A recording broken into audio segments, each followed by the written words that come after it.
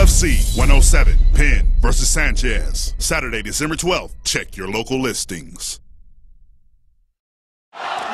Frank is getting beat up here. The power shots of Brock Lesnar. He's got so much power in those fists, Mike.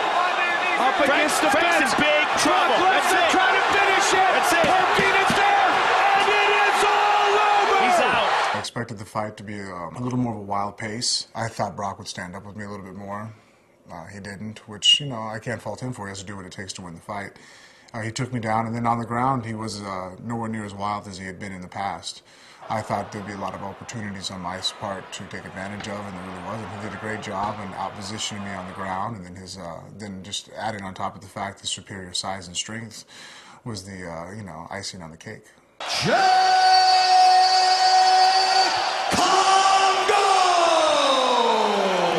Great reach, good right hand, he has sound stand-up with some great knees. Obviously his wrestling is not probably the best wrestling. I think his strength and athleticism helps out a lot in those areas. I think his ground and pound is actually pretty dangerous. I think that it's not given enough credit. I think he's pretty well conditioned. You know, even when he takes a bad beating, he seems like he still stays in there.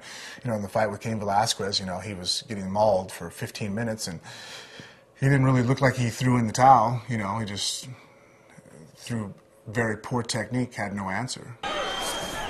I don't really have anything to prove by standing up with him, but that's where he could do the most damage in the fight. That's where he's going to feel the most comfortable. It's where his heartbeat will be most relaxed.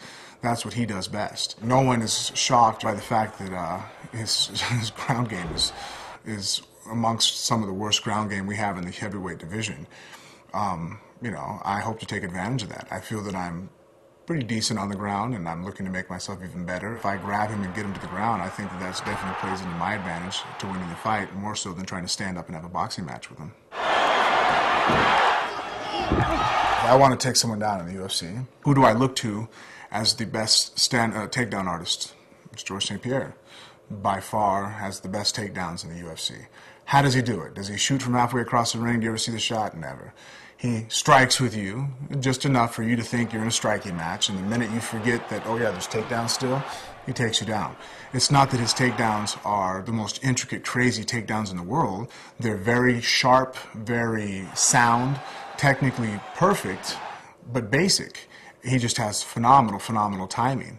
And that's what I look to do in this fight with Kongo. I go out there and strike with him and look for my opportunity, and when it comes, take advantage of it. Every time he goes to throw a kick, if I catch it and it doesn't knock me out, well, he's going down. That's going to limit a lot of his techniques, you know, and so that's what I look to take advantage of in the fight, you know. Eventually, you know, from in the clinch, you know, we'll get the takedown. Am I going to get it in the first 30 seconds?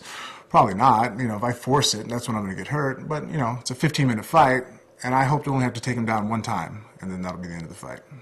UFC 107, Penn versus Sanchez. Saturday, December 12th. Check your local listings.